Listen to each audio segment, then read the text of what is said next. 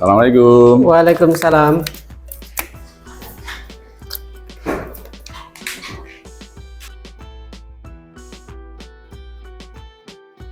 Oke, Pak Mul, ini mohon maaf Pak, saya untuk pendidikan guru penggerak ada tugas aksi nyata tentang sosialisasi budaya positif yang harus kita sampaikan kepada teman-teman guru di sini. Jadi di sini saat ini saya mohon izin Pak Mul juga mohon arahan tentang kegiatan yang akan saya lakukan insya Allah hari Rabu besok.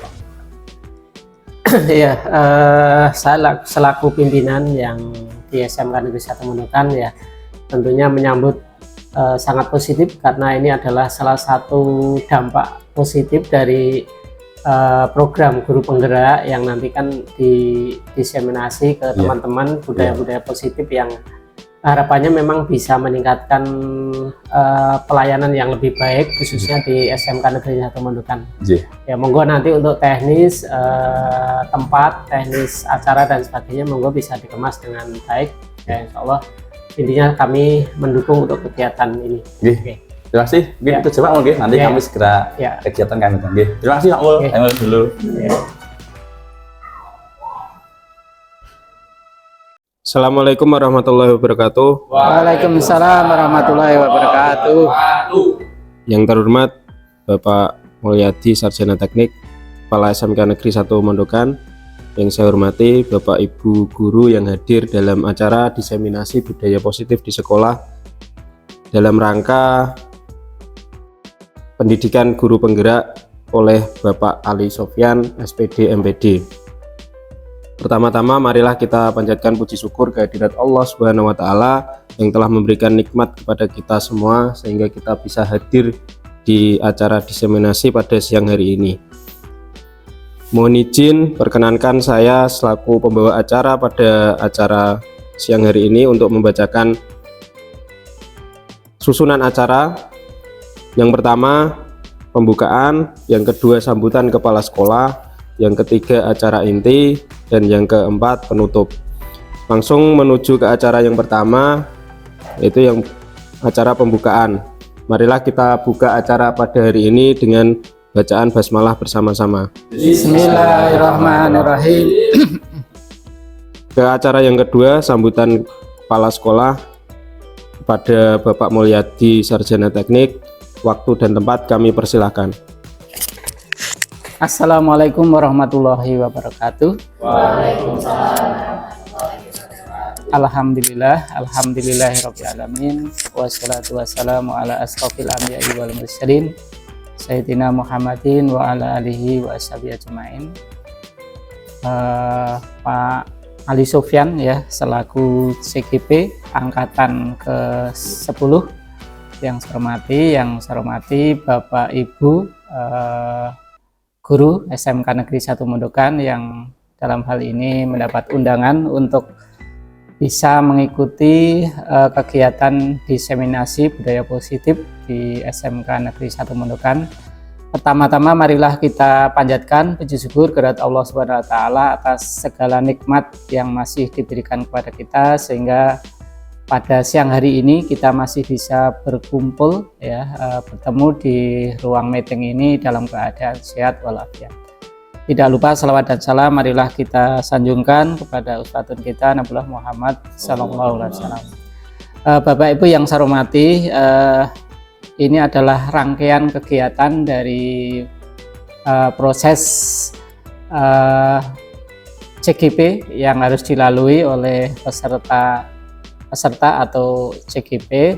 Dalam hal ini Pak Ali selaku angkatan ke-10 dan tentunya dari kegiatan yang telah diikuti banyak hal positif yang tentunya didapat dari hasil-hasil yang telah memberikan keilmuannya khususnya dalam budaya-budaya positif yang harus dikembangkan di sekolah. Nah, ini adalah sarana untuk mendiseminasi atau menularkan kepada teman-teman guru yang ada di SMK Negeri Mondokan khususnya apa saja sih budaya-budaya positif yang bisa dikembangkan atau bisa dilaksanakan di sekolah tentunya ini sangat positif ya untuk pelayanan ya, untuk pelayanan maupun untuk meningkatkan pelayanan kita kepada siswa khususnya. Dari budaya-budaya positif ini akan berdampak secara langsung baik ke siswa maupun ke masyarakat yang ada di SMK Negeri 1 Menukan. Mudah-mudahan kegiatan ini nanti bisa berjalan dengan lancar dan teman-teman juga bisa mendapatkan tambahan ilmu yang nanti bisa diterapkan dan juga nanti diharap bisa ditularkan kepada teman-teman yang lain, yang mudah-mudahan ini adalah hal yang sangat positif untuk kita laksanakan di sekolah.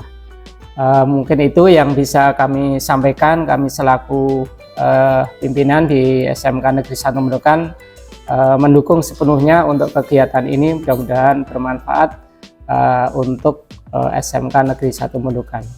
Demikian yang bisa kami sampaikan dalam sambutan ini. Kurang lebihnya mohon maaf. Saya akhiri. Assalamualaikum warahmatullahi wabarakatuh. Waalaikumsalam warahmatullahi wabarakatuh.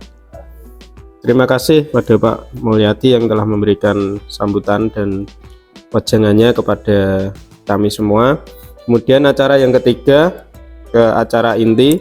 Acara inti akan dipandu oleh Pak Ali Sofyan SPD MPD untuk memaparkan materi terkait dengan budaya positif. Kepada Pak Ali Sofyan, waktu dan tempat kami persilahkan. Bismillahirrahmanirrahim. Assalamualaikum warahmatullahi wabarakatuh. Terima kasih Bapak Ibu ya sudah hadir di sini, dan terima kasih kepada Pak Kepala Sekolah yang ada kegiatan lain. Bapak Ibu, hari ini agenda kita adalah diseminasi tentang penyebaran, penerapan, dan pemahaman budaya positif. Ini adalah salah satu tugas saya sebagai calon guru penggerak angkatan 10, yang mana pada aksi nyata pada modul 1.4 saya harus mendiseminasikan tentang budaya positif. Ya, Bapak Ibu, perlu diketahui di sini ada 7 konsep inti budaya positif, yang mana ke-7 konsep inti adalah yang akan kita sampaikan pada diseminasi pada kesempatan kali ini. Yang pertama adalah perubahan paradigma belajar, kemudian yang kedua disiplin positif, kemudian motivasi. Kesempatan kali ini kita akan menyampaikan tentang adanya konsep dari inti budaya positif, yang mana ada 7 poin. Ya, poin pertama adalah perubahan paradigma belajar, kemudian disiplin positif, motivasi perilaku manusia, kebutuhan dasar manusia, yang kelima segitiga restitusi, kemudian posisi kontrol restitusi, dan adanya keyakinan kelas. 7 poin tersebut ya, 7 materi tersebut adalah yang akan kita sampaikan pada kesempatan kali ini. Oke, jadi tentang konsep inti budaya positif. Bapak Ibu, kita perlu tahu bahwa adanya pembelajaran dengan paradigma baru. Jadi kurikulum 2013, kurikulum Merdeka itu intinya adalah kita pengen anak kita adalah menjadi seorang pelajar dengan profil pelajar Pancasila. Yang mana profil pelajar Pancasila itu ada 6. Yang pertama adalah beriman, bertakwa kepada Tuhan Yang Maha Esa, dan berakhlak mulia. Kemudian yang kedua adalah berkebinekaan global. Yang ketiga adalah bergotong royong dan juga mandiri, serta kelima adalah kreatif dan bernalar kritis. Itulah yang ingin kita capai dengan kurikulum Merdeka untuk anak-anak kita. Jadi kurikulum Merdeka itulah pengennya anak-anak kita itu bisa memiliki siswa ya, menjadi siswa dengan profil pelajar Pancasila. Makanya sekarang di mana-mana didengungkan profil pelajar Pancasila P5, P5, P5. Ya, sebenarnya P5 adalah 6 poin ini tadi. Ya, ada lagunya toh. Kayak anak kita SD, ya, kan lagunya apa itu? Pelajar Pancasila kayak gitu lah, itu adalah biar apa? Biar kita hafal. Tapi kalau untuk anak-anak kita SMK seperti itu mungkin tidak masuk kalau pakai lagu. Kemudian pembelajaran paradigma baru itu adalah intinya berorientasi pada penguatan kompetensi dan pengembangan karakter. Karakter yang sesuai dengan nilai-nilai Pancasila. Kalau kita selama ini taunya Pancasila itu cuman ketuhanan yang Maha Esa. Ya, kemudian bla bla sampai 5 itu. Tapi di sini kita kembangkan lagi. Sebenarnya profil pelajar Pancasila itu adalah bahwa anak kita bisa menguasai Pancasila, tapi dengan dibagi menjadi 6 profil tadi. Ya. Kemudian yang kedua, paradigma pembelajaran baru adalah kita intinya apa? Berpusat pada murid. Kalau dulu, ketika kita dulu belajar, core-nya ya, yang punya peran utama adalah guru. Tapi itu semua sekarang diganti, dirubah. Yang mana core-nya dari suatu pembelajaran di kelas adalah anak-anak. Anak-anak itu pengen gimana? Anak itu pengen belajar seperti apa? Itulah yang harus kita kembangkan. Jadi tidak lagi guru menentukan harus gini, nggak ada. Tapi adanya apa? Pengen seperti apa? Oh, saya pengen belajar dengan cara seperti ini, Pak. Boleh, usulkan aja. Saya pengen belajar di luar, Pak. Boleh, itu diusulkan saja. Guru hanya lebih kepada menuntun. Karena ayo kita tuntun. Ya, jadi perlu diingat, kunci dari paradigma pembelajaran yang baru adalah berpusat pada anak. Guru dah tidak boleh lagi maksa-maksa kudu ini kudu ngono. Ya. Jadi anak kita dibebaskan, tapi tetap kita pegang, tetap kita tuntun. Bukan kebebasan sebebas-bebasnya, bukan, tapi adalah kebebasan yang terarah. Itulah paradigma pembelajaran yang baru. Ya. Jadi Bapak Ibu tolong nanti mindsetnya dirubah. Kalau dulu guru kudu ngene harus seperti ini, anak-anak harus ikut. Tapi sekarang enggak. Anak-anak pengen ke kanan, ke kiri, lurus, kita yang harus ikut. Ya, kita ikut, kita tuntun dengan tetap kita gocei, kita pegang. Jangan sampai mereka berjalan tanpa arah, nanti malah kasihan. Berikutnya, bagaimana seorang bisa berubah dari paradigma stimulus respon kepada pendekatan teori kontrol. Nah, ini dari Stephen R. Covey menjelaskan bahwa bila kita ingin membuat kemajuan perlahan, sedikit demi sedikit, ubahlah sikap atau perilaku Anda. Namun bila kita ingin memperbaiki cara-cara utama kita, maka kita perlu mengubah kerangka acuan kita. Ubahlah bagaimana Anda melihat dunia. Bagaimana Anda berpikir tentang manusia? Ubahlah paradigma Anda. Skema pemahaman dan penjelasan aspek-aspek tertentu tentang realitas. Ya, itulah yang tentang teori kontrol dari Stephen R. Covey. Atau bisa kita lihat seperti ini. Stephen R. Covey menjelaskan bahwa adanya stimulus respon dan teori kontrol. Kalau kita beranggapan bahwa realitas kita sama, kebutuhan kita sama, itu salah. Karena apa? Kebutuhan setiap orang pasti berbeda. Kemudian yang kedua, semua orang melihat hal yang sama, itu salah. Ternyata apa? Bahwa setiap orang memiliki gambaran yang berbeda. Berikutnya, kita mencoba mengubah orang agar berpandangan sama dengan kita. Itu juga salah. Karena apa? Kita berusaha memahami pandangan orang lain. Yang keempat, perilaku buruk dilihat sebagai suatu kesalahan. Itu juga salah. Karena apa? Semua perilaku pasti memiliki tujuan. Entah itu baik, entah itu buruk. Pasti ada tujuan tertentu. Yang tahu adalah pelakunya sendiri. Dan berikutnya, orang lain bisa mengontrol saya. Itu juga kurang tepat. Itu salah. Karena apa? Hanya Anda, hanya kita sendiri yang bisa mengontrol diri sendiri. Berikutnya, saya bisa mengontrol orang lain. Itu juga salah. Karena apa? Orang lain itu tidak bisa kita kontrol. Yang bisa mengontrol adalah diri kita sendiri. Harus apa? Harus kita sendiri yang mengontrol. Pemaksaan ada pada saat bujukan gagal. Itu ternyata juga salah. Yang tepat adalah kolaborasi dan konsensus menciptakan pilihan-pilihan baru. Jadi sudah nggak ada lagi pemaksaan. Berikutnya, model berpikir menang atau kalah. Ternyata salah. Semua adalah model berpikir menang dan menang. Semua orang pasti pengennya menang. Jadi itu tadi beberapa stimulus respon yang harus kita ubah. Mindset kita harus kita ubah. Yang intinya apa? Bahwa kita tidak boleh memaksa orang lain harus sama dengan kita. Ya, biarkan mereka berpendapat. Kita pun juga bebas berpendapat. Tapi kita tidak boleh mengganggu hakikat orang lain. Biarkan mereka berpendapat, kita juga berpendapat dengan keinginan kita. Yang marai rusak tatanan adalah ketika harus kita memaksakan orang lain harus sama dengan pendapat kita. Itulah yang merusak tatanan. Jangan pernah merasa seperti itu. Ya, sekali lagi ingat, yang membuat rusak suatu tatanan adalah ketika kita mengharuskan orang lain sama pendapatnya dengan kita. Itu salah. Ya, jadi Stephen R. Covey tadi adalah seperti itu. Kita nggak bisa merubah orang lain. Yang bisa merubah adalah diri kita sendiri. Dalam dunia pendidikan, ya, adanya ilusi bahwa ini di dunia pendidikan ya, tentang teori kontrol, bahwa guru mengontrol murid. Ilusinya seperti itu. Bayangannya itu kalau sekolah itu guru yang mengontrol murid. Itu salah. Karena apa? Sebetulnya kita tidak bisa mengontrol murid jika ia tidak mau. Harus ada dorongan dari diri sendiri. Ya. Jadi kalau kita guru pengen gini, murid mau, itu dibiarkan dulu. Kita tuntun aja. Karena mungkin piye toh, seperti itu. Jadi jangan dipaksa kudu ngene, nggak ada. Ya. Jadi guru nggak bisa mengontrol murid. Bisanya apa? Menuntun. Diajak, ayo kita tuntun pelan-pelan, kemana jalannya diarahkan. Yang penting jangan dilepas total. Kalau dilepas total, nanti mereka akan salah jalan.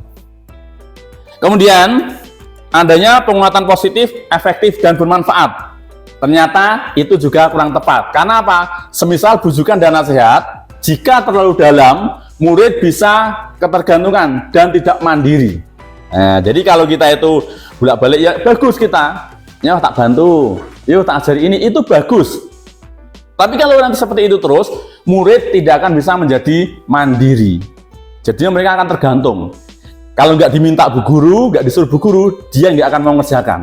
Padahal kita pengennya apa? Tanpa disuruh, siswa bisa berjalan sendiri. Itulah yang kita harapkan. Memang niatnya bagus, ya, Mas. Ini tak ajari seperti ini, caranya gini. Tapi ternyata itu salah, walaupun itu nanti alurnya tepat, tapi ternyata hasilnya salah. Karena nanti suatu ketika, kalau gurunya tidak mengajari ABC tadi, siswanya tidak bisa mengerjakan. Itu adalah yang salah, walaupun niatnya bagus. Yang ketiga, kritikan dapat membuat orang merasa bersalah, dapat menguatkan karakter. Itu bayangannya seperti itu. Ternyata, kalaupun kita harus mengeluarkan kritikan, maka kritiklah secukupnya. Dan kritikan tersebut harus membangun, bukan malah membuat murid menjadi tidak percaya diri atau down. Ya, jadi Bapak Ibu, walaupun kita niatnya adalah saran, kritikan, kita sampaikan dengan kata-kata yang pas. Jangan sampai saran kita tadi menjadi hal yang membuat dia down. Ya, Mas, harusnya tadi kalau renang itu gayanya seperti ini, misalnya. Ternyata dia menyisikannya beda. Loh, Pak Guru marah pada saya. Dia akhirnya down. Ya, jadi Bapak Ibu Guru harus berhati-hati ketika kita memberikan saran maupun kritik. Ya, jangankan anak kita, guru pun kalau dikritik kadang-kadang juga kurang terima. Ya, Pak Guru harus seperti ini Pak, harusnya. Itu nanti kita berbeda, kamu kok berani sama gurunya, itu kan salah. Ya, jadi poin ini tolong Bapak Ibu Guru, kita harus berhati-hati ketika memberikan kritik ataupun saran kepada anak-anak kita. Takutnya apa? Takutnya mereka malah menjadi down. Yang semangat belajar, setelah kita beri kritik, beri saran, ternyata mereka down. Itu kasihan. Ya, hati-hati Bapak Ibu ya. Kemudian ini ilusinya adalah bahwa orang dewasa memiliki hak untuk memaksa. Jadi mungkin yang berkembang di masyarakat saat ini bahwa kalau umurnya lebih tua, lebih besar misalnya, dia itu adalah punya hak untuk memaksa anak yang lebih muda ataupun yang lebih kecil. Itu salah. Karena apa? Menentukan pilihan adalah hak masing-masing manusia. Makanya kalau ada istilah superiority, bahwa aku lebih gede dibanding kamu, saya lebih besar daripada kamu, itu biasanya akan menimbulkan satu bully, ya, pembulian. Itu yang jadi nggak bagus. Padahal apa? Semua orang itu adalah memiliki hak yang sama. Oke, itu. Berikutnya di sini kita sudah masuk ke materi yang disiplin positif. Ya, apa itu disiplin positif? Apa saja bentuknya? Tujuannya apa? Akan kita bahas pada sesi kali ini. Bapak Ibu, disiplin positif sendiri itu ada beberapa pernyataan dari para ahli atau ada beberapa teori. Yang pertama, kita lihat di sini bahwa dari Ki Hajar Dewantara, beliau menyampaikan bahwa bila kita ingin membuat kemajuan perlahan, sedikit-sedikit ubahlah sikap atau perilaku Anda. Namun bila kita ingin memperbaiki cara-cara utama kita, maka kita perlu mengubah kerangka acuan kita. Ubahlah bagaimana Anda melihat dunia, bagaimana Anda berpikir tentang manusia, ubahlah paradigma Anda. Skema pemahaman dan penjelasan aspek-aspek tertentu tentang realitas. Itu sama dengan tadi ya, bahwa Ki Hajar Dewantara pernah menyampaikan seperti itu, tentang bagaimana kita mensikapi dunia. Nah, dan Ki Hajar Dewantara pernah juga menyampaikan suatu pendapat bahwa mardika iku jarwone noramung lepasing pangreh, ning uga kuat kuwasa amandiri priyangga. Yang dalam bahasa Indonesia adalah merdeka itu artinya tidak hanya terlepas dari perintah, akan tetapi juga cakap buat memerintah diri sendiri. Ya, jadi ketika ada istilah akan tetapi juga cakap buat memerintah diri sendiri, itu adalah disiplin. Seseorang yang memiliki disiplin berarti mereka bisa bertanggung jawab terhadap apa yang dilakukannya, karena mereka berdasarkan tindakan mereka pada nilai-nilai kebajikan universal. Jadi kalau selama ini kita taunya disiplin itu mesti hukuman, disiplin itu galak, itu salah. Karena ternyata disiplin adalah bahwa ketika seseorang melakukan sesuatu sesuai dengan tanggung jawabnya terhadap diri sendiri. Tolong ya diubah mindsetnya ya. Kalau selama ini kita taunya bahwa disiplin itu mesti galak, disiplin itu adalah hukuman, itu ternyata salah. Disiplin lebih kepada apa? Tanggung jawab terhadap diri sendiri. Ya, tanggung jawab terhadap diri sendiri. Melakukan apapun sesuai dengan tanggung jawabnya, itulah disiplin. Ya, mari kita ubah sama-sama mindset kita, pikiran bahwa disiplin itu adalah galak, itu beda. Sebagai pendidik, tujuan kita adalah menciptakan anak-anak yang memiliki disiplin diri, sehingga mereka bisa berperilaku dengan mengacu pada nilai-nilai kebajikan universal dan memiliki motivasi intrinsik bukan ekstrinsik. Itu ya. Jadi disiplin bagi seorang guru adalah bahwa ketika anak-anak kita itu sudah bertanggung jawab pada diri mereka sendiri dan tanggung jawabnya berasal dari dalam diri mereka sendiri, itulah yang namanya disiplin. Di itu ya. Jangan lagi kok disiplin itu galak, bukan, kita beda, kita salah kalau seperti itu ya. Padahal sekarang guru, makanya guru itu sekarang nggak ada yang boleh galak. Tegas boleh, wibawa boleh, galak tidak boleh ya, nggak ada namanya galak itu. Tapi kadang-kadang kita alasannya apa? Lu saya kan tegas Pak, alasannya seperti itu. Memang beda tipis antara tegas dan galak ya, harus pintar-pintar mensikapi. Kemudian di sini, nah di sini kita kadang-kadang ada sedikit bingung. Hukuman itu apa? Konsekuensi itu apa? Ya, ini terkait dengan disiplin. Nanti ketika kita di dunia pendidikan, ketika kita sekolah, ada ketika yang melanggar aturan, melanggar suatu kesepakatan, ada nanti hukuman dan juga konsekuensi. Itu mungkin kira sementara ini mengenalnya sama, padahal itu apa? Berbeda. Ya, hukuman dan konsekuensi itu berbeda. Kalau hukuman bersifat tidak terencana atau sifatnya tiba-tiba.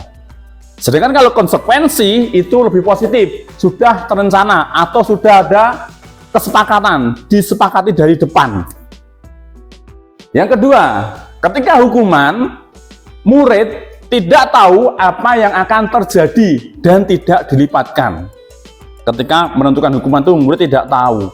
Tapi kalau konsekuensi itu adalah murid sudah tahu, karena apa? Sudah dibahas antara murid dan guru atau dibahas di sekolah. Itulah konsekuensi. Dan yang ketiga, hukuman bersifat satu arah dari pihak yang memberikan hukuman atau dari gurunya tok kalau hukuman itu. Tapi kalau yang namanya konsekuensi dibuat oleh pihak guru dan murid, itu sudah tahu.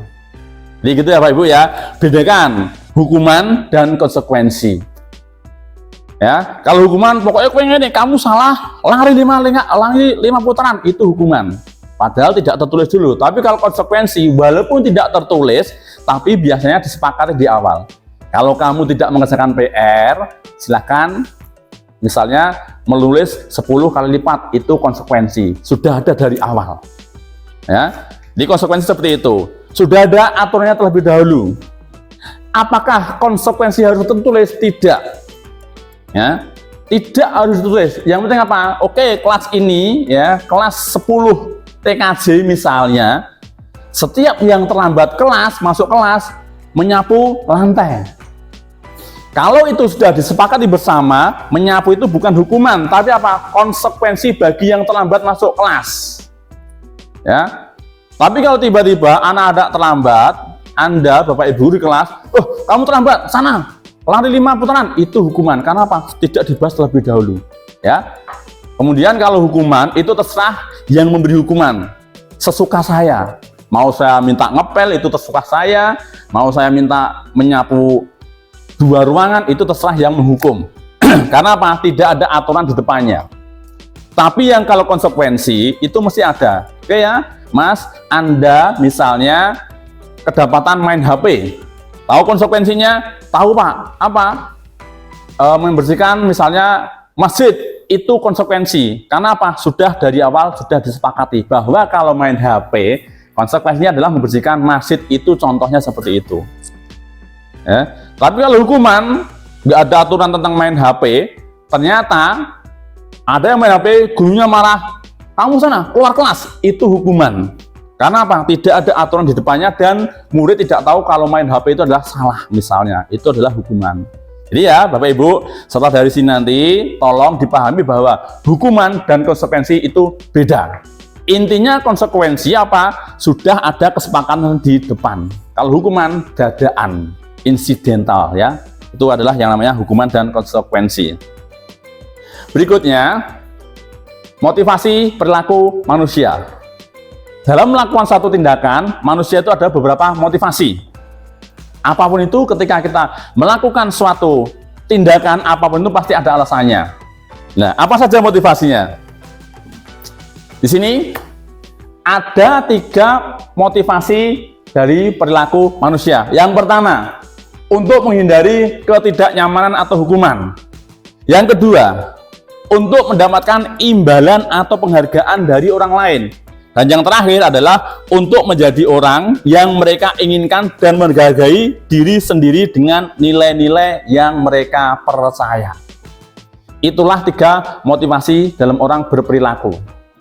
Jadi ketika kita melakukan sesuatu pasti ada alasannya. Ya Pak, ya 3 ini. Apakah untuk menghindari hukuman, apakah untuk mendapatkan imbalan, dan juga apakah memang itu dari diri saya sendiri. Ya, kalau untuk yang menghindari hukuman, itulah tingkat rendah dari motivasi perilaku manusia. Karena apa? Itu sifatnya dari luar. Siapa yang hukum? Sing hukum pasti adalah orang dari luar. Nggak mungkin hukum diri sendiri. Makanya sifatnya eksternal. Dan itu adalah tingkat paling rendah dari motivasi. Berikutnya, untuk yang kedua, ketika untuk mendapatkan imbalan, nah kita misalnya bantu orang, wah, biar untuk nomor HP ini misalnya, kita bantu orang biar nanti diajak kemana, itu adalah kita mengharapkan imbalan. Itu tidak abadi, ya. There's nothing eternity, nggak ada abadi itu nanti. Karena apa? Itu juga dari luar. Nek gak diopai, ya wes, moh gak gelem mau gak bantu, salah lagi itu. Karena apa? Kita adalah berharap imbalan. Entah imbalannya uang, imbalannya senyuman misalnya, imbalannya dapat apa, itu adalah kita sudah mengharapkan imbalan. Itu tingkatnya nomor 2, jauh rendah. Nah, yang paling hebat, paling ampuh adalah yang nomor 3. Apakah semua orang bisa? Bisa. Ya. Jadi ketika kita itu adalah menjadi orang yang kita inginkan seperti apa, itulah motivasi yang paling tinggi. Ya, ini bisa misalnya kita beribadah, bagi orang muslim mungkin sholat, itu mungkin masuk yang tipe ketiga ini. Ini adalah motivasi yang membuat seseorang memiliki disiplin positif. Nah, jadi kalau dari diri sendiri, itulah yang akan menciptakan yang namanya disiplin dari dalam diri sendiri. Itu ya, ingat ada 3, saya ulangi. Yang pertama adalah untuk menghindari hukuman, yang kedua adalah untuk mendapatkan imbalan, dan yang ketiga adalah motivasi dari dalam diri sendiri. Nah, itu. Monggo silahkan kita kira-kira saya yang mana ya gitu. Kita datang ini yang mana ya, itu kita olah sendiri. Memang paling bagus adalah yang nomor 3. Nah, Bapak Ibu, sebagai seorang manusia, kita mempunyai 5 kebutuhan dasar. Apa saja? 1, kebutuhan bertahan hidup. Kemudian yang kedua adalah kebutuhan kebebasan. Yang ketiga, kebutuhan kesenangan. Yang keempat, kebutuhan kasih sayang dan rasa diterima. Dan yang kelima adalah kebutuhan penguasaan. Jadi kalau nanti suatu saat anak kita itu nanti mungkin melakukan kesalahan, bisa jadi karena ada kebutuhan dasar yang tidak dia miliki atau tidak dia capai, atau mungkin dia ingin memiliki kebutuhan dasar ini terus akhirnya seperti ini. Nah, itu adalah 5 kebutuhan dasar manusia. Kalau kita pengennya 5 itu mesti tercapai semua, ya. Karena apa? Kalau nggak tercapai, pasti nanti kita ada sedikit oleng. Makanya kita berusaha semaksimal mungkin kita mendapatkan adanya 5 kebutuhan dasar manusia. Nah, Bapak Ibu, sekarang kita masuk ke materi yang saat ini sedang rame-ramenya di kurikulum Merdeka. Itu mungkin Bapak Ibu pernah mendengar tentang segitiga restitusi. Ingat, segitiga restitusi. Ya, jangan salah ngomong, geger nanti jadinya ya. Oke. Apa itu segitiga restitusi?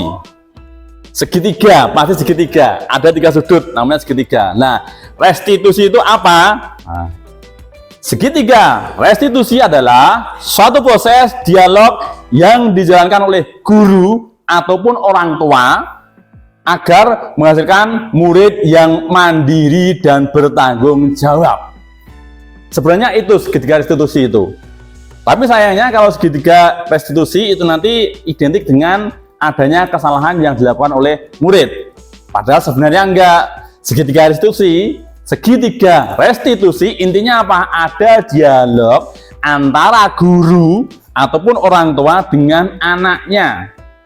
Itulah segitiga restitusi. Agar apa? Agar anak atau muridnya menjadi murid yang bertanggung jawab dan menjadi murid yang mandiri ataupun murid yang disiplin tadi. Jadi tidak harus restitusi itu tidak harus ada anak yang punya masalah. Tidak. Oke. Jadi murid dari kesalahan. Yang kedua, membantu murid menghargai nilai-nilai keyakinan. Yang keempat, membantu murid untuk jujur pada diri sendiri. Dan yang keempat adalah membantu murid untuk mengevaluasi dampak dari kesalahan yang dilakukan. Nah, itulah karakteristik dari segitiga restitusi yang mana adanya dialog antara guru dengan murid agar muridnya menjadi bertanggung jawab dan mandiri, menjadi murid yang berdisiplin. Nah, di sini ada tahapan segitiga restitusi. Segitiga pasti sisinya 3. Kalau sisinya 4 berarti apa? Segi 4. Nah, kalau saya lupa segi berapa lagi nanti ya, ada Pak Udi. Segi 6, seginya 6. Wah, pokoknya banyak seginya. Itu adalah segi 3. Cukup 3. 3 aja susah, apalagi sampai bersegi-segi. Repot nanti ya. Segi. Oke. Ada 3 tahap. Yang pertama adalah menstabilkan identitas. Yang kedua, validasi tindakan yang salah. Dan yang ketiga, menanyakan keyakinan. 3 tahapan itu harus searah terus, tidak boleh bolak-balik. Bingung nanti bolak-balik. Ya, ingat searah. Ya, 1, 2, 3, nggak boleh bolak-balik.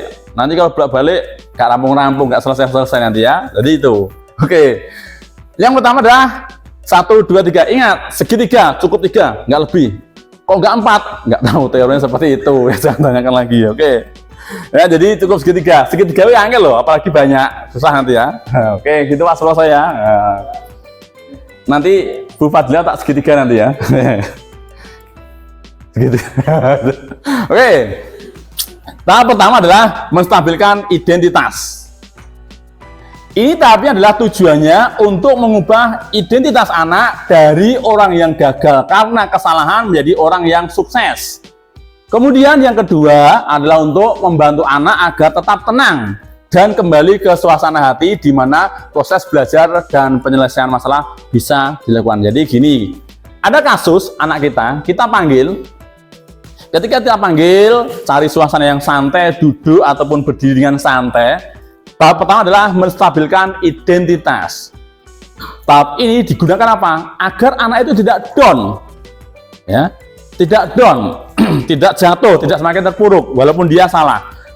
Jadi gitu, kita panggil, kita ngobrol sebentar, kita kuatkan hatinya, ya, bahwa apa? Bahwa salah itu nggak apa-apa, asal tidak, ya. Jadi kalimat yang dipakai mungkin adalah berbuat salah itu tidak apa-apa. Bukan berarti kita membenarkan perbuatan yang salah, tapi apa? Kita pengen dia hatinya menjadi kuat, ya. Loh, berarti guru membenarkan yang salah? Bukan. Di sini artinya adalah bahwa walaupun kamu berbuat salah, nak, nggak apa-apa. Karena apa? Pasti juga ada temanmu yang berbuat salah juga. Nggak usah minder, nggak usah down, nggak usah takut. Nah, oke. Kemudian berikutnya tahapnya adalah validasi tindakan yang salah. Pada tahap ini adalah guru harus memahami kebutuhan dasar murid atau 5 kebutuhan dasar manusia tadi. Ya. Jadi 5 tadi kita gali lagi. Kira-kira dia yang kurang kebutuhan apa ya? Itu kita gali lagi. Jadi nanti guru biar tidak asal menyalahkan. Yang kedua, guru meminta murid menyampaikan alasan dia melanggar aturan. Ingat, tahap yang kedua tadi adalah validasi tindakan yang salah. Di sini guru mencari informasi, kita gali dari si anak. Kebutuhan apa toh yang kamu belum punya? Ya, kebutuhan dasarnya apa toh? Apa kurang kasih sayang? Apakah mungkin kurang senang juga? Itu jadi suatu masalah. Ya, kurang kasih sayang itu jadi masalah. Nanti setelah kita tahu masalahnya, baru kita tanya alasannya. Kamu kenapa kok seperti itu? Ya, jadi jangan langsung dijudge, nggak boleh. Guru nggak boleh menghakimi. Kita bukan hakim, kita guru. Jadi setelah kita tanya kamu kurangnya apa, alasanmu apa, itu tetap kita tanya. Ya. Kita nggak usah mancing-mancing, enggak, kita cuma tanya toh. Lah kenapa toh kok seperti itu? Biarkan dia bercerita tentang alasannya berbuat salah itu apa. Ya, jadi tahap kedua intinya apa? Tahap kedua validasi tindakan yang salah itu adalah kita mencari tahu alasan dia berbuat salah. Tahap yang ketiga dari segitiga restitusi adalah menanyakan keyakinan. Pada tahap ini adalah kita menanyakan ke anak kehidupan seperti apa nantinya yang mereka inginkan, dan guru mencari tahu gambaran tentang orang seperti apa yang diinginkan anak. Dengan kata lain, pada tahap ketiga ini kita tanya pada si anak, nanti setelah kamu kesalahan ini, kamu pengen baik, kira-kira caramu bagaimana? Kita biarkan dia berpendapat sendiri. Saya pengen seperti ini. Ingat, kita nggak boleh maksa. Biarkan dari hati mereka sendiri. Kita cuman menemani dia. Ya. Tahap ketiga, silahkan dia berpendapat.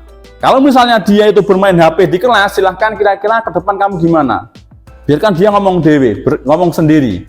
Oh, nanti saya tidak akan main HP. Tapi dari hatinya, bukan karena adanya aturan. Itulah tahap yang ketiga. Ya, jadi Bapak Ibu, segitiga restitusi dilaksanakan tanpa kita ngomong tentang hukuman apa, tapi kita ajak mereka dialog, biar mereka mengalir bercerita sendiri tentang alasannya apa dan tentang rencana lebih baik itu apa. Nah, di sini Bapak Ibu, sebagai seorang guru, kita punya 5 kontrol guru dalam segitiga restitusi. Yang pertama adalah sebagai penghukum, yang kedua adalah pembuat merasa bersalah, yang ketiga adalah sebagai teman, yang keempat sebagai pemantau, dan yang kelima adalah sebagai manajer. Nah, biar lebih jelas, ini ada contoh kelima posisi guru tersebut. Mohon dicermati baik-baik.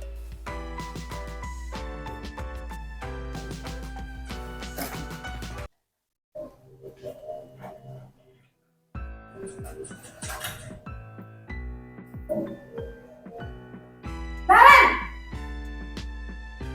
Sini kamu! Selamat pagi, Bu. Selalu terlambat. Kamu deh, pasti terlambat. Maaf, Bu. Saya... Apa? Apa coba? Alasan kamu apa lagi? Kapan sih kamu tidak terlambat? Malas sekali ya kamu jadi anak. Saya... Dasar pemalas. Gak kapok-kapok sih kamu. Sudah berapa kali terlambat? Sana, kamu keliling lapangan basket 2 kali. Kenapa saya harus ke lapangan basket, Bu? Kenapa? Kamu ngelawan ibu? Berani-beraninya jawab. Sudah terlambat, masih berani jawab pula. 5 kali sekalian, biar kapok. Cepat, pergi sana ke lapangan basket. Posisi penghukum biasanya berbicara dengan nada tinggi, menghardik, menunjuk-nunjuk, menyakiti, dan menyindir. Hukuman bisa berupa fisik maupun psikis. Ibu dan bapak guru hebat. Dampak yang terjadi pada murid ketika guru berada pada posisi penghukum adalah murid cenderung akan memberontak, bahkan menyimpan dendam.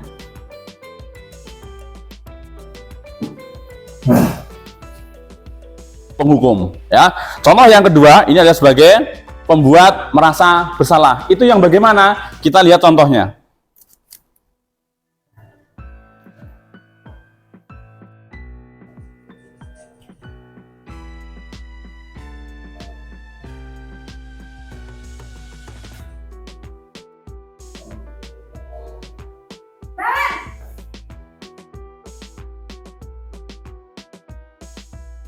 Selamat pagi, Bu. Naren, kamu kenapa terlambat lagi, nak? Ya Tuhan, Naren, kamu senang ya bikin ibu susah ya? Kalau kamu terlambat lagi, nanti ibu yang ditegur bapak kepala sekolah, nak. Disangka ibu tidak bisa membina kamu. Tuh, gimana ini? Maaf, Bu. Gusti Naren, kamu suka ya kalau ibu ditegur bapak kepala sekolah? Terus, sekarang ibu harus tulis apa yang di buku absen? Ini kamu sudah sering terlambat loh. Ibu harus apa coba? Maaf, Bu. Maaf sekali. Ya sudah, lain kali jangan bikin ibu susah lagi anak ya. Ibu tidak akan kuat lagi kalau kamu begini terus. Bisa jantungan kalau ibu ditegur bapak kepala sekolah. Sana cepat, kelas. Maaf ya, Bu. Maaf sekali. Posisi pembuat rasa bersalah berbicara dengan nada tenang, cenderung lembut, namun kata-kata yang diutarakan membuat murid merasa menjadi orang yang gagal, memandang buruk dirinya sendiri, merasa tidak berharga, dan tidak sanggup membahagiakan seorang lain.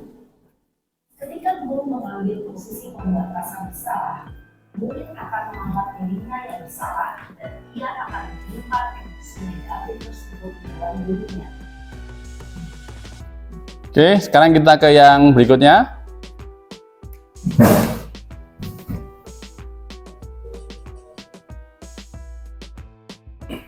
Tadi adalah fungsi atau posisi yang kedua. Sekarang kita adalah posisi yang ketiga, dia adalah sebagai teman.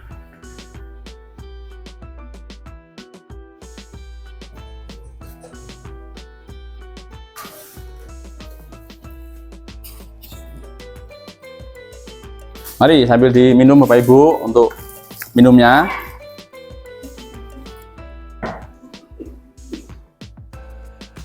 Selamat pagi, Bu. Wah, sudah jam berapa ini, nak? Selamat lagi ya, sayang. Iya, Bu. Habis. Ibu saya lupa bangunkan saya, Bu. Kamu malah menyalahkan ibu kamu. Kamu bukannya anak kalinya paling kencang. Lupa-lupi banget nih. Lupa-lupi seperti ini ya. Iya, Bu. Saya memang lambat banget tadi. Jadi, biarpun saya lari kencang, tetap jatuh kencang, Bu. Ya sudah sana. Nanti lain kali larinya lebih kencang lagi ya. Selamat lagi. Bikin seneng ibu demi ibu. Bisa kan? Bisa lah, Bu. Ya sudah sana masuk kelas. Ibu beresin urusan absen kamu. Kamu ini ada-ada saja. Dalam posisi teman, guru berbicara dengan nada suara ramah, akrab, cenderung bersenda gurau untuk menjaga suasana tetap santai. Murid akan merasa senang, aman, dan akrab dengan guru. Identitas yang tercipta adalah identitas sukses atau berhasil. Namun, perlu diingat, karena ini masih dorongan eksternal, maka ada faktor ketergantungan dari murid kepada orang tertentu. Di sini, guru absennya, sehingga di lain waktu murid bisa berperilaku baik, namun hanya kepada orang-orang tertentu saja.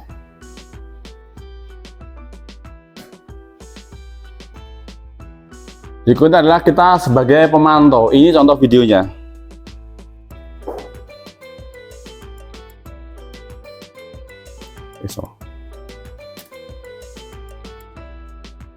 Oke, kita aja ke posisi sebagai manajer.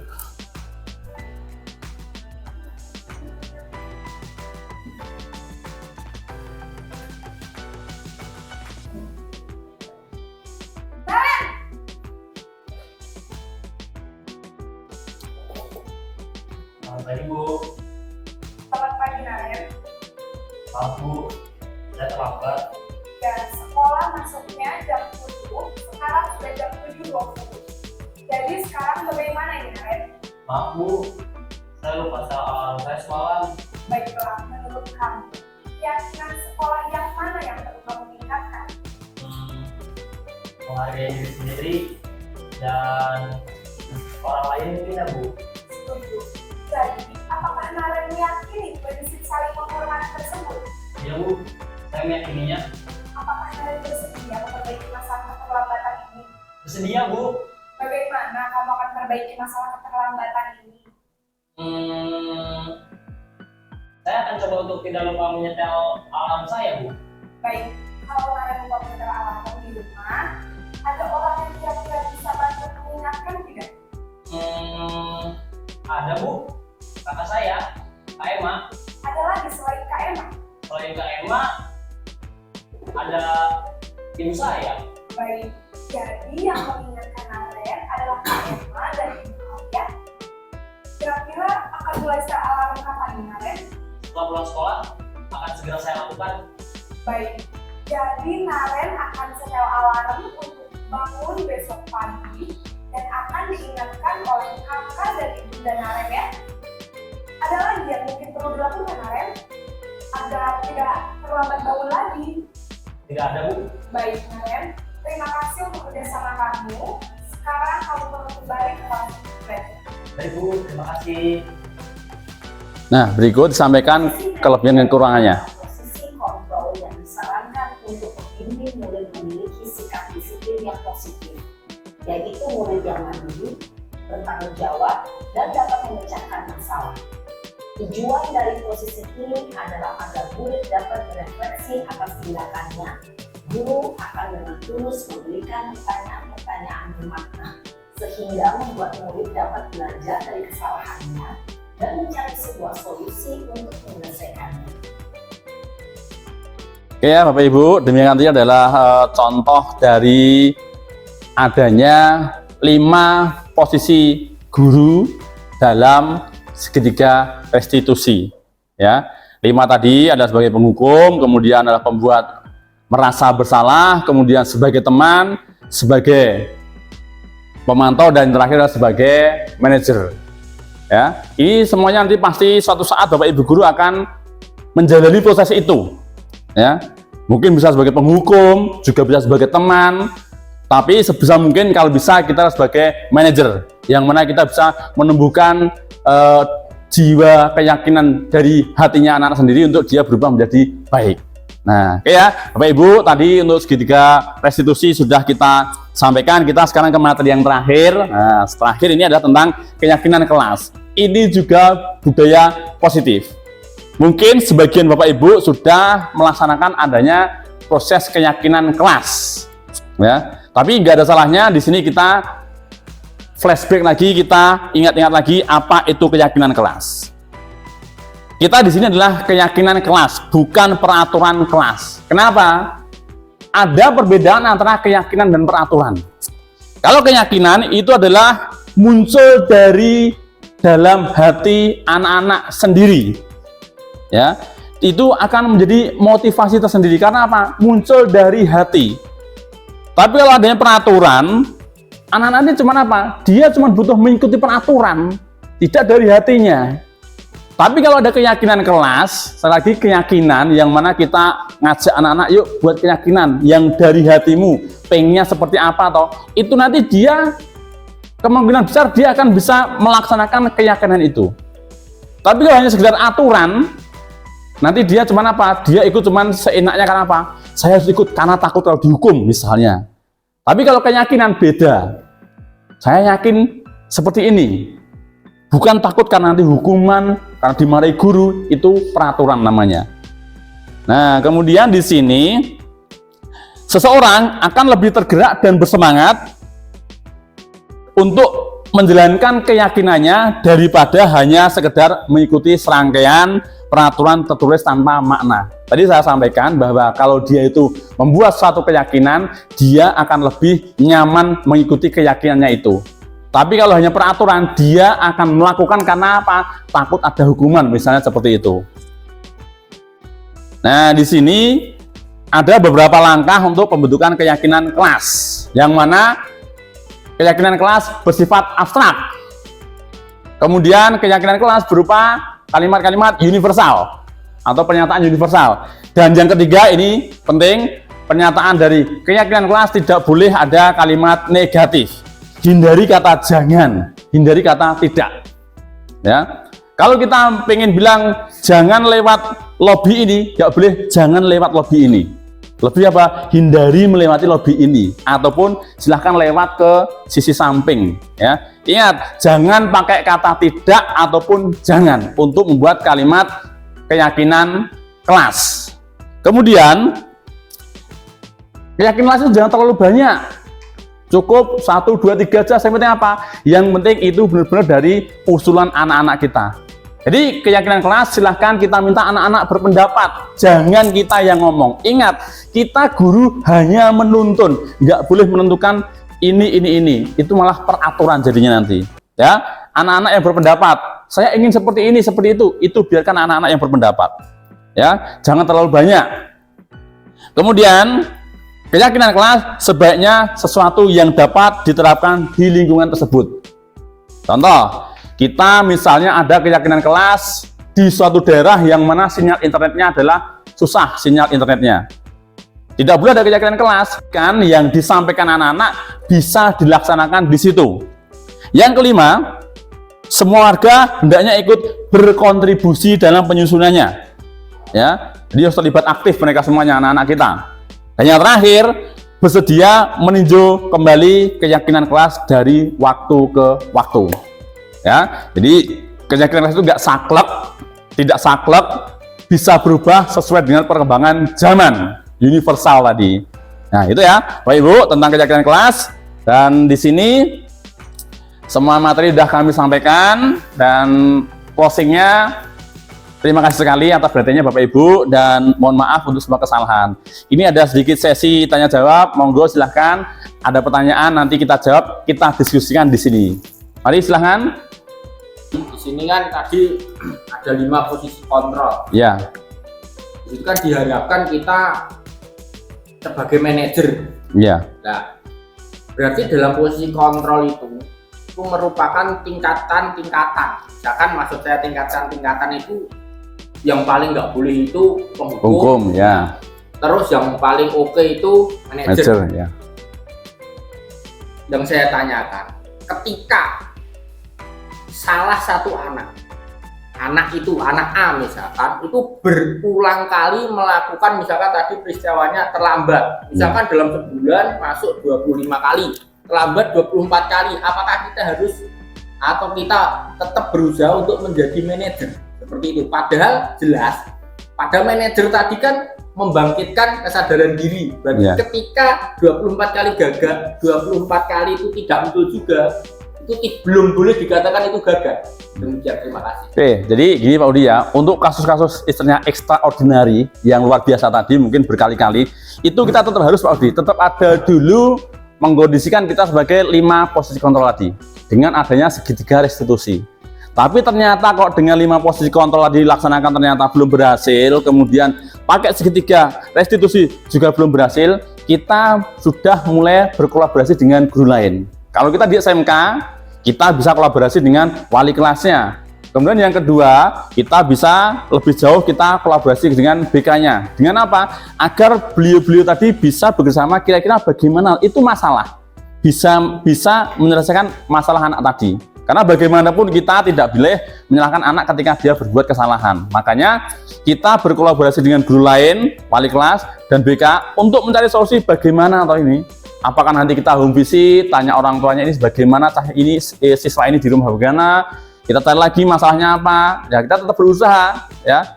Walaupun nanti mungkin kita nanti ternyata akhirnya tidak sesuai dengan kita harapkan, minimal kita ada usaha dulu. Nanti tetap dipakai 5 posisi kontrol, tetap segitiga restitusi tidak boleh lupa, dan yang terakhir kita kolaborasi dengan guru lain. Gitu Pak Udi. Gitu Bapak Ibu, saya kira cukup guys. Sekali lagi terima kasih dan terima kasih. Saya mohon maaf untuk kesalahannya. Kita tutup dengan alhamdulillah bersama-sama. Salam alhamdulillah billamin. Terima kasih. Assalamualaikum warahmatullahi wabarakatuh. Waktu kami kembalikan kepada Pak Joko.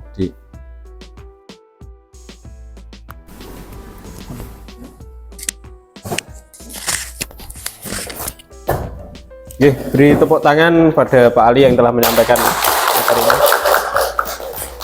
Oke, terima kasih Bapak Ibu semuanya telah mengikuti acara diseminasi budaya positif di sekolah dengan baik dan terlaksana dengan lancar. Dan mungkin kita akhiri cukup sekian. Mohon maaf apabila saya dalam memandu acara hari ini ada kesalahan, mohon dimaafkan. Akhir kata, assalamualaikum warahmatullahi wabarakatuh. Waalaikumsalam warahmatullahi wabarakatuh.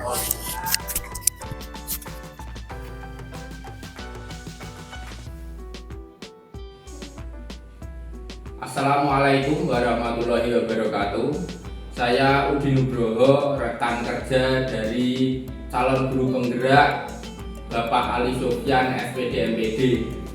Setelah mengikuti diseminasi budaya positif, saya sangat banyak mendapatkan pembelajaran dari penjelasan-penjelasan Pak Ali. Semoga saja dengan Pak Ali mengikuti pendidikan guru penggerak dapat menerapkan budaya-budaya positif di SMK Negeri 1 Mondokan. Penjelasan dari Pak Ali juga sangat jelas dan bersemangat tentunya, sehingga menginspirasi saya dan rekan-rekan yang lain untuk juga menerapkan budaya positif di sekolah. Mantap Pak Ali. Wassalamualaikum warahmatullahi wabarakatuh. Perkenalkan, saya Joko Budi Utomo, guru teknik pengelasan di SMK Negeri 1 Mondokan, Kabupaten Sragen. Saya telah mengikuti diseminasi budaya positif yang disampaikan oleh Bapak Ali Sofyan, Sarjana Pendidikan, Magister Pendidikan di Pendidikan Guru Penggerak Angkatan 10 ini, dan penyampaiannya sangat bagus, dan mungkin ada beberapa budaya positif yang bisa diterapkan di SMK Negeri 1 Mondokan ke depannya, sehingga Bapak Ali bisa mengaktualisasikan dari hasil pendidikan guru penggerak di SMK Negeri 1 Mondokan ini, sehingga SMK Negeri 1 Mondokan bisa semakin baik dan maju. Semoga diseminasi ini juga bermanfaat untuk teman-teman yang lain di sekolah, terutama di SMK Negeri 1 Mondokan, juga untuk masyarakat yang ada di sekitar SMK Negeri 1 Mondokan. Sekian testimoni dari saya. Terima kasih.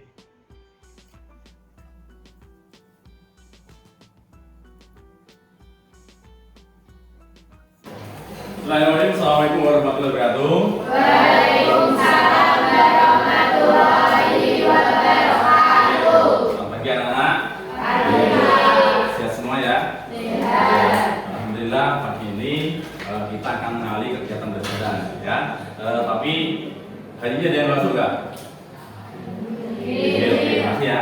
Kalau ini berarti kita bersyukur karena apa? Berarti kita semuanya sehat. Kita punya kesempatan untuk bareng-bareng ini, itu suatu nikmat ya. Jangan lupa untuk selalu bersyukur ya. Oke, aku untuk mengawali pelajaran semester ini ya, kita di sini saya yakin kalian pengen ada pembelajaran yang nyaman dan tenang di kelas, benar nggak?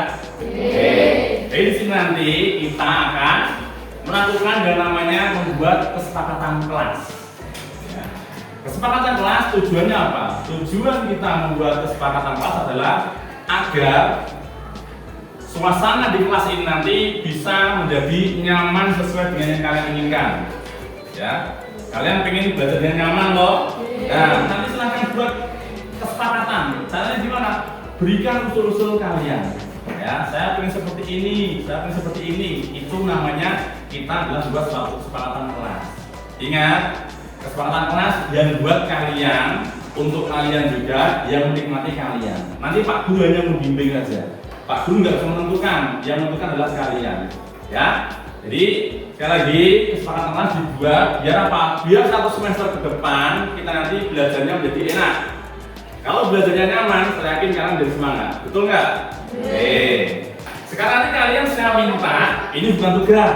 Kalian saya minta membuat usulan kesepakatan kelasnya seperti apa. Pengen memiliki Pak, silahkan ditulis saja. Nanti kalau sudah ditulis, dikumpulkan di depan, baru kita ambil kesimpulan, kita buat suatu kesepakatan kelas. Ingat, ya, ini nanti saya bagikan sedikit note, ya. Ini nanti dibagikan, Mas Kopi dibantu ya. Namanya kasih satu, ya. Dibagikan, kalian tulis itu. Itu nanti silahkan kalian tulis sendiri, pengenmu seperti apa. Silahkan ditulis itu. Gak usah pada kerjaan, yang penting kalian tahu caranya mengisi itu nanti ada sesuai dengan yang kalian harapkan di dalam kelas ini. Silahkan. Ingat, nggak boleh ada kata tidak ataupun jangan. Ya, tidak boleh ada kata tidak maupun jangan. Pakai kalimat positif, hindari pakai not. Oke, yang sudah selesai bisa tempelan di sini. Ayo silakan ke sini. Nempel di atas sana. Sini.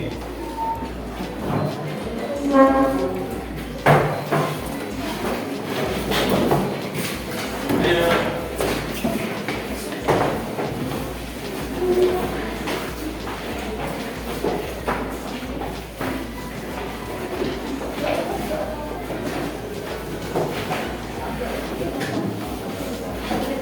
Jangan sini. Oke, sudah semua ya. Oke, sudah ya. Di sini informasi hasil kalian sudah saya kasih semuanya. Akan saya bacakan beberapa hasil dari kalian. Ya. Yang pertama, ada contohnya adalah berangkat tepat waktu. Itu berarti tentang kedisiplinan. Kemudian ada juga kelas harus bersih. Ya. Coba saya tulis sini. Yang pertama adalah tepat waktu. Ini disiplin ya. Kemudian yang kedua adalah kelas bersih. Ada juga misalnya saling menghormati.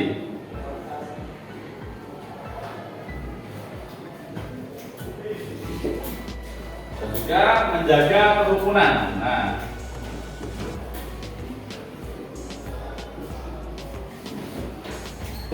oke, ini adalah contoh dari yang kalian sampaikan di sticky note yang merupakan usulan nanti jadi kesepakatan kelas. Kita ambil contoh dari tadi adalah ini beberapa ini saya rangkum ketika ada yang tepat waktu, kelas bersih, saling menghormati dan menjaga kerukunan.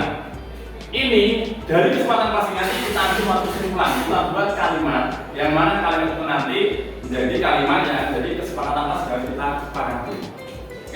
Tentang tepat waktu, kira-kira kalimat yang pas seperti apa? Misalnya tepat waktu berhubungan dengan apa? Berangkat atau tentang pembelajaran. Kira-kira kalau kalian buat kalimat dengan pembelajaran dan tepat waktu, enaknya kalimat seperti apa? Ayo silakan, bisa. Pembelajaran gimana ya? Pembelajaran tepat waktu kira-kira gimana ini? Misalnya, pembelajaran gimana Pak Ade? Pembelajaran dimulai tepat waktu, gitu ya.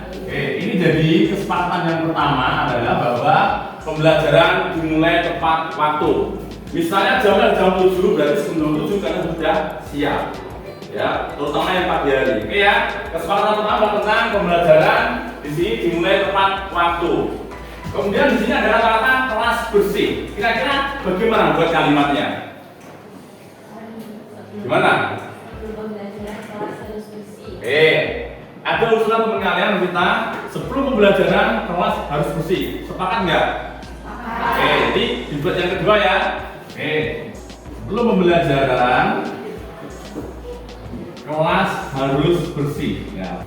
Next, ini ada kata lagi, saling menghormati dan menjaga kerukunan. Oke, saling menghormati ini kan dalam hal apa kira-kira? Oke, saling menghargai, saling menghormati itu satu tipe. Kira-kira gimana? Saling menghormati berarti misalnya ada orang yang berbicara, kira-kira gimana sikap kita? Gimana kira-kira ini?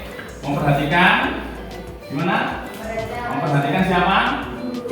Perhatikan siapapun ya, perhatikan siapapun yang sedang berpendapat, betul sekali, sedang berpendapat. Di sini adalah kita adalah nilainya menghormati, berpendapat, oke ya. Jadi di kelas ini nanti ketika ada yang berpendapat itu harus kita hargai. Caranya gimana? Didengarkan. Ingat loh, berpendapat loh, bukan cita loh ya. Kalau cita beda lagi, ya, tapi harus berpendapat. Satu lagi kan. Kemudian ada yang keempat adalah menjaga kerukunan. Kira-kira kalimat yang pas kira-kira gimana? Silakan, kira-kira gimana kalimat yang pas? Menjaga kerukunan berarti ini atas siapa kira-kira? Oke, jadi gimana kira-kira? Sesama warga. Warga apa di sini? Oke, sesama warga kelas harus sesama warga kelas. Oke, warga kelas harus rukun. Nah, ini adalah menjaga kerukunan. Yang namanya warga kelas, jadi kalian dan siapapun guru yang masuk kelas sekarang itu adalah warga kelas. Oke, dari keempat ini kira-kira ada tambah lagi nggak? Ya, dari rangkuman ini.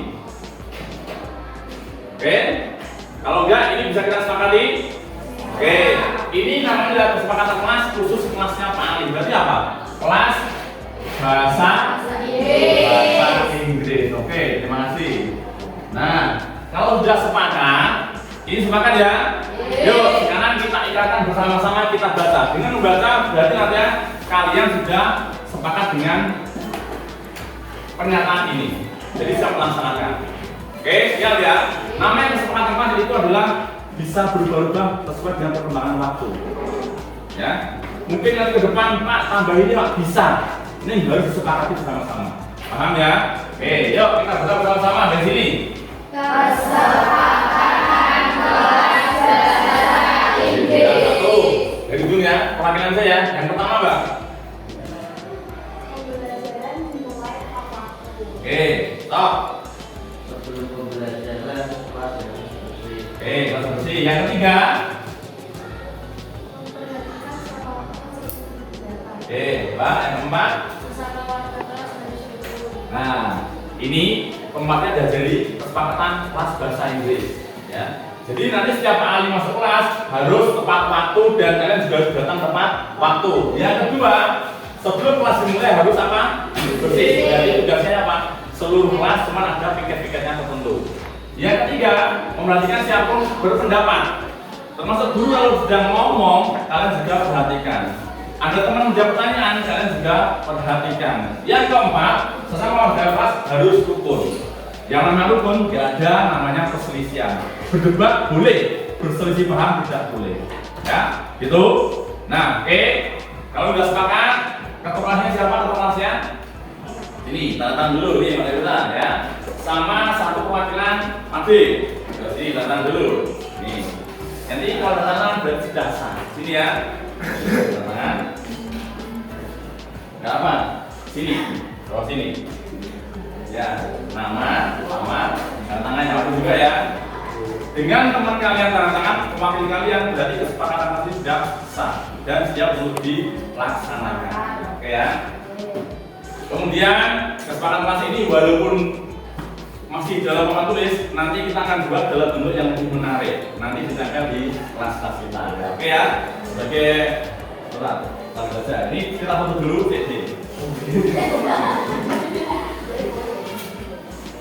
Ini sudah saya foto, nanti saya kirim di grup. Berarti apa itu? Itulah kesepakatan kelas yang akan kita laksanakan selama 1 semester ke depan untuk mata pelajaran bahasa Inggrisnya Pak Ali. Nanti guru lain ada lagi, kalian harus ikuti.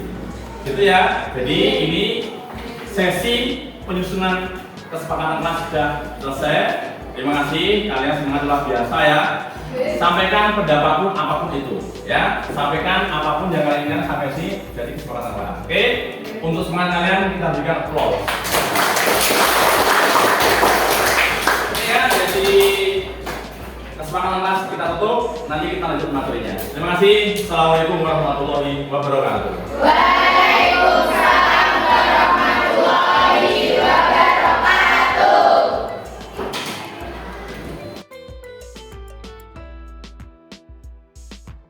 Assalamualaikum warahmatullahi wabarakatuh.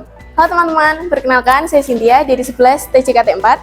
Mengenai kesepakatan kelas kemarin dari Pak Ali, saya merasa sangat senang karena saya dapat mengutarakan keinginan saya mengenai suasana sekolah dan pembelajaran yang saya inginkan. Mungkin cukup sekian yang dapat saya sampaikan. Terima kasih. Wassalamualaikum warahmatullahi wabarakatuh. Assalamualaikum warahmatullahi wabarakatuh. Perkenalkan, nama saya Sinta Febriana Mukaroma. Saya senang dengan keyakinan kelas kemarin, karena dengan itu saya bisa menyampaikan suasana kelas yang saya sangat inginkan. Terima kasih. Wassalamualaikum warahmatullahi wabarakatuh.